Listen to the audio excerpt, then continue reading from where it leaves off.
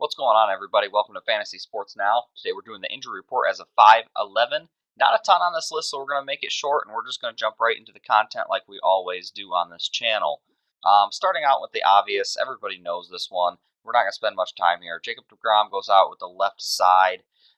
It's this tightness in his side that it's kind of undefined. He was hurt with this prior, and then he came out of this start with it. Goes on the DL.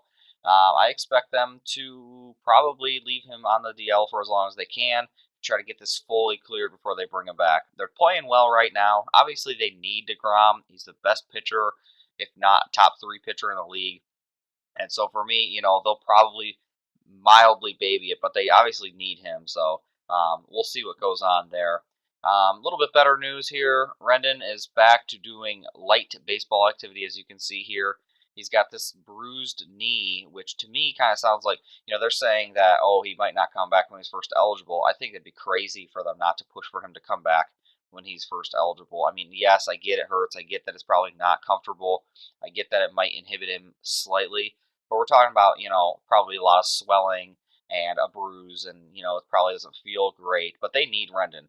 Like right now, the Angels are last in the division. I don't know about after last night's game, but they're dead last down there. And if they want to start making a playoff push, they need their best players on the field ASAP. And so they need this guy, and I don't think they're going to wait around. Next is Cody Bellinger, who had the kind of like mystery, oh, he's got this bruise, and it was like, okay, that sounds weird. Why is he going on the DL? Well, it turns out he fractured his leg. And so that was kind of like, oh, wow, okay, that's more serious. He's back to doing some baseball activity, which is great news. It sounds like, from what I've read and from what I've heard, he is actually progressing better than expected, which really means that a struggling Dodgers team right now, they also are struggling bad. And I don't think that's a reason to push this injury too hard, because, a fracture, it's healthy when it's healthy. You don't really have much choice in that, but he is progressing very well. And so I think that's great news. It doesn't really give a timeline, but that's okay. Whatever it was before, I think it's going to be sooner than that. I expect maybe another 2-3 weeks, we might be seeing him on the field again. Moving on to a couple of COVID cases, and I don't want to speculate that this is COVID, but Chris Paddock came, he threw 3 innings, he looked pretty good in his last start, and now all of a sudden it looks like he's on the injured list with no designation and no timeline. And so this is very similar to the next guy on the list, which is Corbin Burns, who just all of a sudden decided to go on the list, and they didn't really say why it was. In almost every case so far of this happening, it has been COVID related. You hope for themselves that they don't have COVID. You hope that it was maybe like a contact, like in contact with, and they don't actually have COVID. So Chris Paddock hasn't been going deep into starts right now anyway. So I don't know how many people really own him, but he's got that young arm, and he's going to soar at some point. So having him lose starts right now is not ideal. And since I mentioned him, Corbin Burns, it sounds like Burns, still they didn't really say why he was on the DL, which again leads to COVID. That's all speculation technically. But that's one of the only injuries that you don't have to say what it actually is. So it's likely that he's throwing a bullpen session Monday. I've not heard how that went yet. And it sounds like if that went well, I will look that up and see how he went. He might pitch this later this week. I suspect he'll probably pitch next week or late, like Sunday, like late this week. Maybe have another bullpen session. We'll see. For fantasy purposes, if he's starting, you're probably going to start him just because he's been so dominant, and who you replaced him with probably has not been that dominant. So hopefully, I mean, for me, I actually own Corbin Burns. I hope that they skip a start. I hope he throws another bullpen, and I hope to just see him next week. I'll see you next week. Get healthy, be right, and then we'll move on. Big news, I guess, here. Maybe not big news. It's just news that we need to keep up on. Syndergaard's like basically on his way back. They're talking about like a June return here. Well, June is, that's not that far away. So it might be a little early to pick up in some of these leagues, but I guarantee he's on the waiver wire in a lot of leagues. He hasn't been.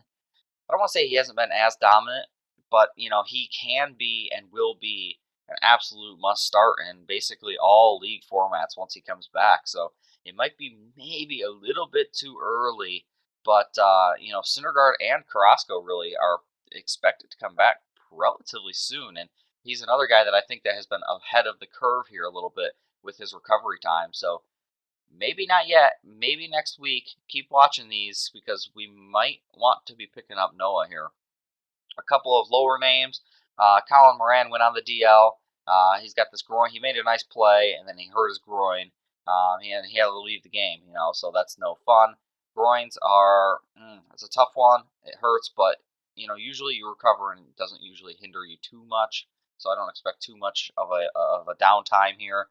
Moran's like one of the only offensive threats with Pittsburgh, and so it's kind of a big blow for Pittsburgh, even though he's probably not fantasy relevant too much.